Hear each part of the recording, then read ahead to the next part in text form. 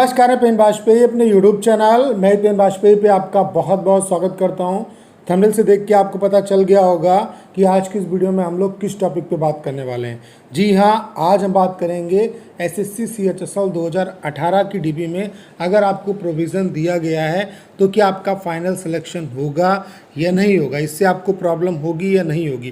क्योंकि ढेर सारे स्टूडेंट हैं जिनके दिमाग में डाउट है कि सर प्रोविज़न मुझे मिला है तो क्या मेरा सिलेक्शन होगा या नहीं होगा। जैसे किसी जो प्रॉब्लम है मेन वो ओबीसी कैंडिडेट, जो ओबीसी के कैंडिडेट हैं उन्हीं को है। क्योंकि कुछ कैंडिडेट ऐसे हैं जिनका क्रूशियल डेट मान लिया, जो क्रूशियल डेट दिया उससे आगे का है उनका ओबीसी सर्टिफिकेट, तो उनको भी इस केस में प्रोविज़न दिया गया। या और कोई रीज़न मान लेते हैं उनके सिग्नेचर में कोई मिसमैच है या किसी भी तरीके का अगर कोई डाउट आ रहा है तो प्रोविज़न दिया जाता है। तो प्रोविज़न का क्या मतलब है और क्या इसके बिहाफ पे आपको सिलेक्शन मिलेगा या नहीं मिलेगा, क्या आप फाइनली सेलेक्ट हो पाएंगे नहीं हो पाएंगे या आप रिजेक्ट कर दिए जाएंगे। तो आज के इस वीडियो में मैं क्लियरली आपको ये बताने वाला हूँ कि अगर आपको प्रोविज़न मिला है तो क्या आपका फाइनली सिलेक्शन होगा या नहीं होगा। समझाने के लिए मैंने आपके सामने सीजीएल 2018 का जो फाइनल रिज़ल्ट है वो खोल रखा है, ठीक है, उसकी लिस्ट 1 खोल रखी है।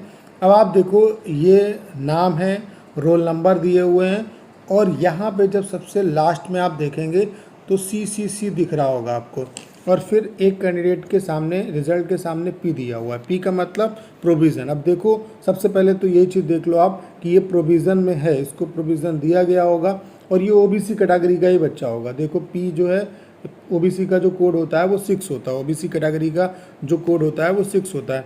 तो ये दिक्कत जो है वो सिर्फ ओबीसी कैटेगरी के बच्चों के लिए आती है। तो सबसे पहले मैं तो ये दिखा देना चाहता हूँ आपको कि सिलेक्शन होगा या नहीं होगा। अब देखो फाइनल रिजल्ट आया है, इसका मतलब है सिलेक्शन आपका होगा। देखो यहाँ पर भी P आप देख पा रहे होंगे, इसका मतलब है अगर आपको प्रोविज़न दिया गया है तो आपका फाइनल सिलेक्शन होगा। अब इसके आगे का प्रोसेस क्या होगा, जैसे मान लेते हैं कि आपको सर्टिफिकेट के बेसिस पे दिया गया, आपका क्रूशियल डेट जो था उससे बाद का बना हुआ है या मान लेते हैं कि पीछे का बना हुआ है, ठीक है।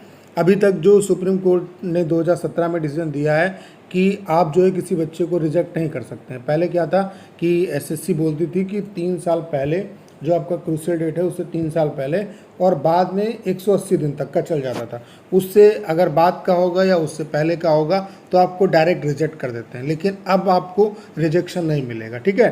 तो किसी बच्चे को रिजेक्ट नहीं किया जाएगा अगर डॉक्यूमेंट जो हैं उसके पास हैं, भले ही मतलब जैसे क्या है कि पुराना चाहिए, 3 साल तक का वैलिड होगा आपका, अगर उससे पुराना है तो क्या उसको रिजेक्ट कर दिया जाएगा, ऐसा बिल्कुल भी नहीं है। या मान लेते हैं आपके पास नया है तो क्या रिजेक्ट हो जाएंगे, बिल्कुल नहीं।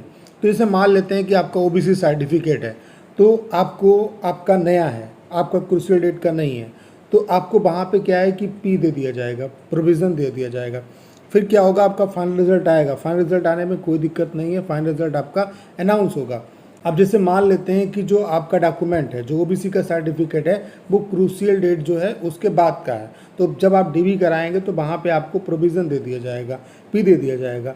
और आपको पता होना चाहिए कि एसएससी जो है वो आपके जो भी डॉक्यूमेंट्स हैं उनको एक बार चेक करती है, और फिर जो भी आपको डिपार्टमेंट मिलेगा, जहाँ पर भी आपका सिलेक्शन होगा, तो जो भी आपके डोजियर है, जो कंप्लीट आपके जो डॉक्यूमेंट्स हैं वो उस डिपार्टमेंट में भेज दिए जाते हैं। तो फिर वहाँ पे डिपार्टमेंट आपका चेक करता है।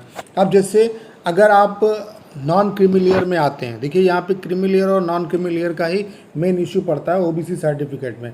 अगर आप नॉन क्रीमिलियर आते हैं तो आपका भले ही नया बना हुआ है तो आपको किसी भी तरीके की कोई प्रॉब्लम नहीं होगी, वहाँ पे आप एज ए ओबीसी ही कंसिडर करे जाओगे।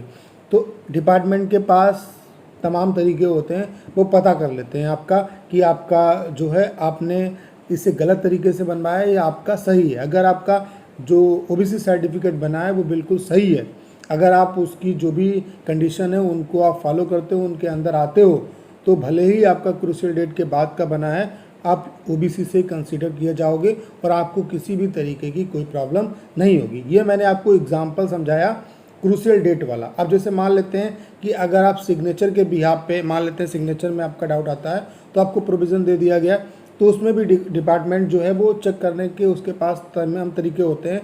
वो क्या होते हैं, वो 8-10 पन्ने की आपको कॉपी जो है देते हैं, उस पर आपको आपकी राइटिंग लिखवाई जाएगी, हर जगह पे आपके सिग्नेचर कराए जाएंगे। तो चेक करने का उनके पास तरीका होता है।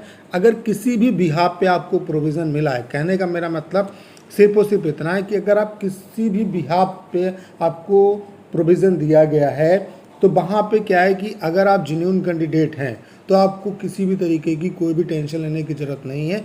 आपका फाइनली सिलेक्शन होगा और वहाँ पे आपको कोई प्रॉब्लम नहीं आएगी। अगर आप जेन्युइन हैं तो आपको कोई भी प्रॉब्लम नहीं आएगी।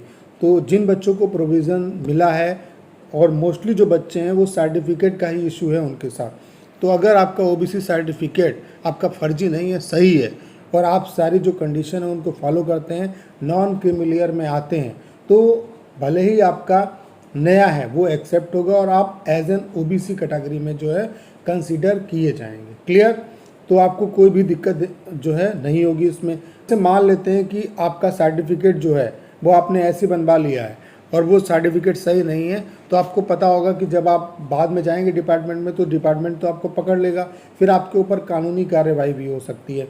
तो उसमें क्या है कि अगर आपका डॉक्यूमेंट नहीं है तो फिर आप डीवी के टाइम ही अपने आप को यूआर कंसीडर करवा लो, क्योंकि बाद में फिर आपको कंसीडर नहीं किया जाएगा, बाद में आपके ऊपर एक्शन भी होगा, क्योंकि सीट का अलॉटमेंट पहले ही होता है।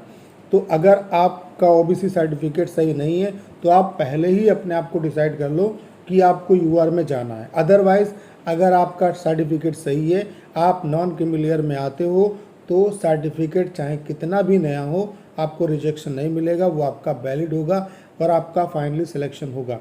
तो उम्मीद है कि सारे डाउट आपके क्लियर हो गए होंगे कि जिनको ओबीसी सर्टिफिकेट के इशू की वजह से अगर प्रोविज़न दिया गया है तो क्या उनका सिलेक्शन होगा या नहीं होगा। डेफिनेटली आपका सिलेक्शन होगा अगर आप इन सारी जो भी बातें मैंने आपको बताई इनके अंतर्गत अगर आप आते हैं। तो उम्मीद है कि अगर आपने वीडियो को यहाँ तक देखा होगा तो जो भी इन्फॉर्मेशन मैंने आपके साथ शेयर की वो आपको बेहतर तरीके से समझ में आई होगी। आपको करना क्या है, इस वीडियो को ज़्यादा से ज़्यादा शेयर करना है ताकि एक राइट इन्फॉर्मेशन ज़्यादा से ज़्यादा बच्चों तक पहुंच सके। उसके अलावा अगर आप चैनल पर नए हैं और आपने अभी तक इसे सब्सक्राइब नहीं किया है तो प्लीज़ चैनल को सब्सक्राइब करना मत भूलिएगा।